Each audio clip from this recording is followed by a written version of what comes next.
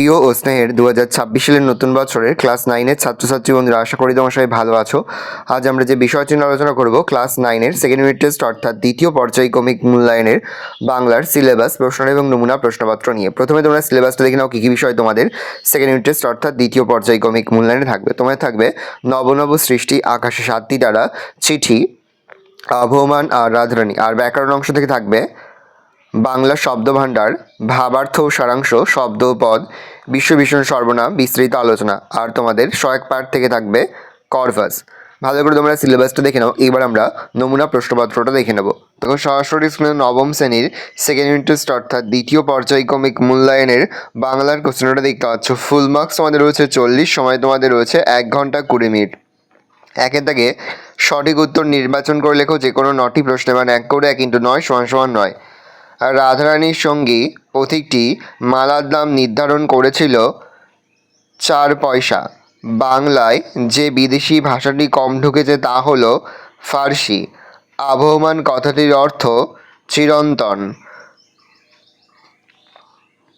কামরাঙা লাল মেঘ যেন মৃত মুনিয়ার মতো ড্যাশ ঢেউয়ে ডুবে গেছে গঙ্গা সাগরের। রাধারানীর রথ দেখতে গিয়েছিল মাহেশে। তুমি ঠিক সেই রূপ নারী যাকে আজ প্রয়োজন। মিসেস বুলের সম্পূর্ণ নাম সারা বুল। কাকে মৃত মনিয়ার মতো মনে হয়েছে? কামরাঙা লাল মেঘ। আরগাস কোথাকার জাদুকর ছিলেন? চিলির। ধাতু হলো ক্রিয়ার মূল অবিভাজ্য অংশ। সূর্য শব্দটি তৎসম শব্দ। কম বেশি 2-এর দাগে কম বেশি 15টি শব্দে উত্তর দাও যে কোনো 8টি প্রশ্নে, মানে 1 করে 1 × 8 = 8। রাধারানী গল্পে যে নোটের কথা এসেছে তাতে কার নাম লেখা ছিল?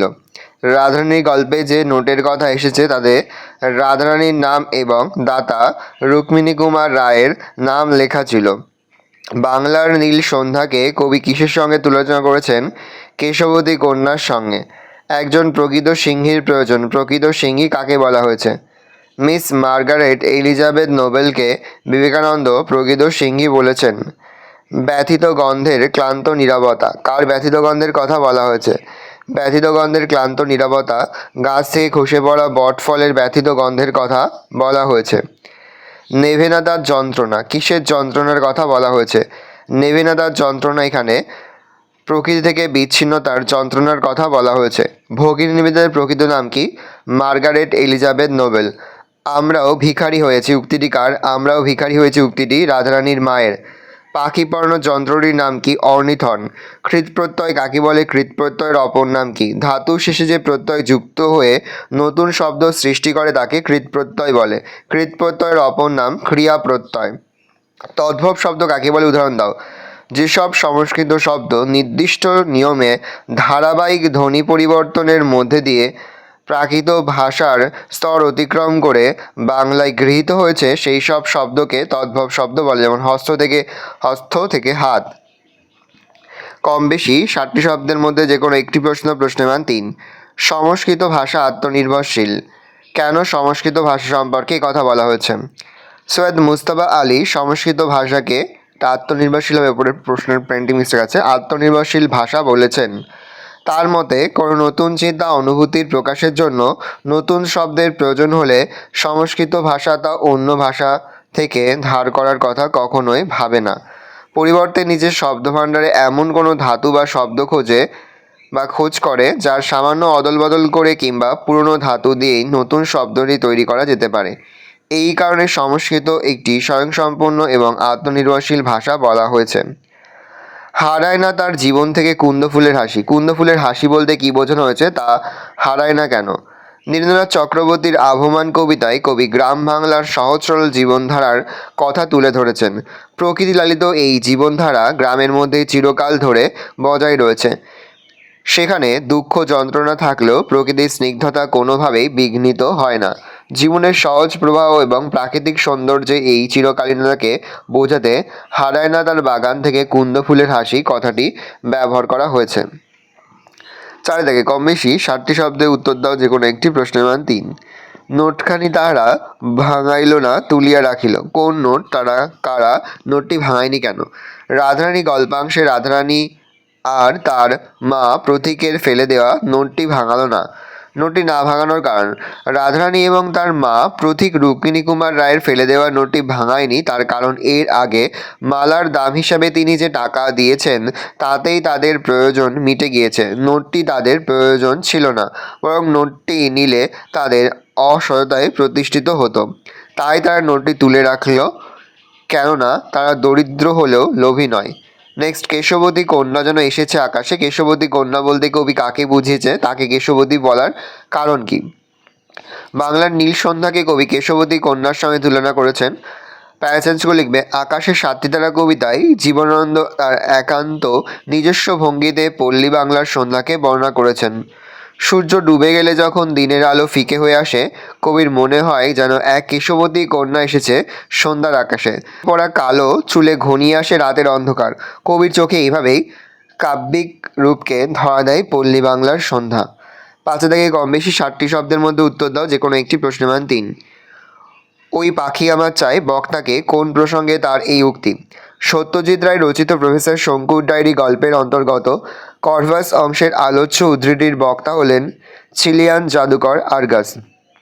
আর্গাস পাখি নিয়ে ম্যাজিক দেখাতেন। তিনি খবরের কাগজে কর্ভাসের সংবাদ পড়ে মুগ্ধ হয়েছিলেন, তাই তিনি হোটেলে প্রফেসর শঙ্কুর সঙ্গে দেখা করতে এসেছিলেন। কিন্তু রাত হয়ে যাওয়ায় ভদ্রতাবশ শঙ্কু তাকে ঘরে ডেকে পাঠান। কর্ভাস বিরক্ত হয়ে খাঁচা থেকে বেরিয়ে ঠোঁট দিয়ে আলো নিভিয়ে আবার খাঁচায় ঢুকে ঠোঁট দিয়ে খাঁচার দরজা বন্ধ করে দেয়। আর্গাস সামান্য পাখির এই কাণ্ড দেখে অবাক হয়ে যায়, তাই তিনি যে কোনো প্রকারে কর্ভাসকে পাওয়ার ইচ্ছার কথা জানিয়ে প্রশ্নটিত উক্তিটি করেছিলেন। প্যারা চেঞ্জ করে লিখবে, আর্গাস কিছুক্ষণের মধ্যে বুঝতে পারেন যে শঙ্কু এবং কর্ভাস কেউ তার প্রস্তাবে রাজি নন। তখন তিনি শঙ্কুকে লোভ দেখিয়ে কর্ভাসকে নিতে চান, কিন্তু তাতে কোনো রকম ইচ্ছা প্রকাশ করেনি। তাই তার প্রচেষ্টা ব্যর্থ হওয়ায় তিনি পরের দিন দুপুরে অনুপস্থিতের সুযোগে রুম বয়দের সুযোগ নিয়ে কর্ভাসকে চুরি করেছিলেন। নেক্সট, অর্নিথন যন্ত্রের প্রয়োজন ফুরিয়ে গেছে। অর্নিথন যন্ত্রের প্রয়োজন হয়েছিল কেন? পাখিদের বুদ্ধির বেশ আশ্চর্য কিছু পরিচয় পেয়ে প্রফেসর শঙ্কু মনে হয়েছিল এমন একটা যন্ত্র তৈরির কথা যা দিয়ে পাখির সহজাত বুদ্ধির বাইরে তাকে নতুন জিনিস শেখানো যাবে, কিংবা মানুষের জ্ঞান বুদ্ধি আর তার মধ্যে সঞ্চার করা যাবে। এই লক্ষ্যে তিনি একটি পাখি পড়ানোর যন্ত্র নির্মাণে উদ্যোগী হন। অত্যন্ত সহজভাবে এই যন্ত্র নির্মাণ হয়। তার দুটি অংশের একটি হবে খাঁচার মতো, যার মধ্যে পাখি থাকবে, আর তার সঙ্গে দ্বিতীয় অংশের বৈদ্যুতিক যোগ থাকবে। দ্বিতীয় অংশ থেকে জ্ঞান ও বুদ্ধি চালিত হবে পাখির মস্তিষ্কে। বেশি 150 শব্দে একটি প্রশ্ন দেওয়া। প্রশ্নের মান 5। রাধারানী বিবাহ দিতে পারিল না। রাধারানীর পরিচয় দাও। কে কেন বিবাহ দিতে পারেনি? বঙ্কিমচন্দ্র চট্টোপাধ্যায়ের রাধারানী রচনাংশে রাধারানী ছিল একটি মেয়ে, যার বয়স 11 বছরও পূর্ণ হয়নি। বড়লোকের মেয়ে হলেও তাদের অবস্থা ভালো ছিল না। সর্বোপরি রাধারানীর বাবাও বেঁচে ছিল না। বিবাহ না দিতে পারার কারণ, রাধারানীর মা রাধারানীর বিয়ে দিতে পারেনি। এককালে অবস্থাপন্ন হলেও রাধারানীর পরিবার ক্রমশ নিঃস্ব হয়ে পড়েছিল। একজন জ্ঞাতির সঙ্গে সম্পত্তির অধিকার নিয়ে রাধারানীর মার মোকদ্দমা হয় এবং হাইকোর্টে তিনি হেরে যান। তার ফলে তাদের বাস্তুভিটে থেকে উচ্ছেদ করা হয় এবং 10 লক্ষ টাকার সম্পত্তি বেহাত হয়ে যায়। নগদ যেটুকু ছিল সেটুকু খরচ ও শিলাত অর্থাৎ ক্ষতিপূরণ দিতে চলে যায়। রাধারানীর মা অলংকার ইত্যাদি বিক্রি করে প্রিভি কাউন্সিলে আপিল করেন, কিন্তু সর্বস্ব হারিয়ে তার খাবার জোগাড়ের অবস্থা থাকে না। রাধারানীর বিধবা মা একটি কুটিরে আশ্রয় নিয়ে শারীরিক পরিশ্রমের দ্বারা দিন কাটাতে থাকেন, কিন্তু এই তীব্র দারিদ্র্যের কারণে রাধারানীর মা রাধারানীর বিয়ে দিতে পারেন না। নেক্সট, তুমি ঘরে আসিয়া দাঁড়াও, আমরা আলো জ্বালিয়া দেখি টাকা কি পয়সা। বক্তা কখন এই মন্তব্য করেছেন? আলো জ্বালার পরের ঘটনা উল্লেখ করো। বঙ্কিমচন্দ্র চট্টোপাধ্যায়ের রাধারানী গল্পাংশে রাধারানীর কাছে তার ফুলের মালা যাবতীয় কথা শুনে পথিক ভদ্রলোকটি সদয় এবং বাড়ির বিগ্রহকে পরানোর জন্য মালাটি কিনে নিতে চায়। রাধারানী দ্বিধা সত্ত্বেও শেষ পর্যন্ত মালাটি বিক্রি করে। পথিক ভদ্রলোক মালার দাম হিসাবে 4 পয়সা দেয়। সেই পয়সা হাতে নিয়ে রাধারানীর বেশ বড় লাগে, টাকা বলে মনে হয়, কিন্তু পথিক ডবল পয়সা বলে রাধারানীকে আশ্বস্ত করে, কিন্তু রাধারানী এতে সম্পূর্ণ ভরসা করতে পারে না। তাই সে নিজের কুঠিরের দরজায় উপস্থিত হয়ে পথিককে অপেক্ষা করতে বলে। উদ্দেশ্য ছিল প্রদীপের আলো জ্বেলে মুদ্রাগুলি পর্যবেক্ষণ বা পরীক্ষা করা। প্যারাচেঞ্জ করবে, ঘরে তেল না থাকায় রাধারানী ঘরে চালের খড় টেনে তাতে চকমকি ঠুকে আগুন জ্বালায় এবং দেখে যে তার অনুমানই ঠিক। মালার মূল্য হিসেবে তাকে টাকা দেয়া হয়েছে, পয়সা নয়। রাধারানী বাইরে এসে প্রতীকের খোঁজ করে, কিন্তু দেখে যে সেই ব্যক্তি চলে গিয়েছিল। মায়ের কাছে রাধারানী তার কি করা উচিত জানতে চাইলে রাধারানীর মা বলেন যে দাতা ব্যক্তি তাদের দুঃখ শুনে দান করেছে, তাই তারা সেইটা গ্রহণ করবে। সাথে থাকে কম বেশি 150 শব্দে উত্তর দেওয়া যে কোনো একটি প্রশ্নের মান 5। ফুরোয় না, তার কিছুই ফুরোয় না। এখানে কি না ফুরোনোর কথা বলা হয়েছে, কেন কিছুই ফুরোয় না? না ফুরোনোর বিষয় নীরেন্দ্রনাথ চক্রবর্তীর আহ্বান কবিতায় প্রকৃতির কাছে ফিরে যাওয়ার জন্য মানুষ যে চিরকালীন আকাঙ্ক্ষা, তা না ফুরোনোর কথা এখানে বলা হয়েছে। মানুষের গ্রাম্য সভ্যতার পত্তন। অনেক বছর আগে মানুষ যখন গ্রাম বাংলায় এসেছিল এবং ঘর বেঁধেছিল, তখন তার চেয়ে চেষ্টার সঙ্গে যুক্ত ছিল গভীর ভালোবাসা। এই দেশের মাটি বাতাসের সঙ্গে একাত্মতা অনুভব করেছিল সে। কিন্তু পরবর্তীকালে মানুষ ক্রমশ শহরমুখী হয়েছে। নগর সভ্যতার সুযোগ সুবিধা, স্বাচ্ছন্দ্য তাকে আকৃষ্ট করেছে। শহরের জীবনে মানুষ সমৃদ্ধ পেলেও শান্তি পায়নি, বরং যন্ত্রণার ক্রমাগত চাপে সে ক্লান্ত হয়ে পড়ে। তার আশ্রয় হয়ে ওঠে বাংলার প্রকৃতি, আর সেই প্রকৃতির ছন্দে গাঁথা জীবন। সে যেন যখন ওই সুযোগ পায় আবার ফিরে আসে এই প্রকৃতিলিত জীবনে। তার আসার পটভূমি তৈরি করে রাখে উঠোনে লাউ মাচা, সন্ধ্যার বাতাসে দুলতে থাকা ছোট্ট ফুল। পুরনো জীবনের চেনা ছন্দে ফিরে আসার পরিপ্রেক্ষিতেই কবির মনে হয়েছে কোনো কিছু শেষ হয়ে যায় না। বাগানের কুন্দ ফুলের হাসি থেকে শুরু করে সূর্য ওঠা, ধীরে ধীরে ছায়া নামা, সন্ধ্যাবেলা নদীর বাতাসে বয়ে চলা, কিছুই শেষ হয় না।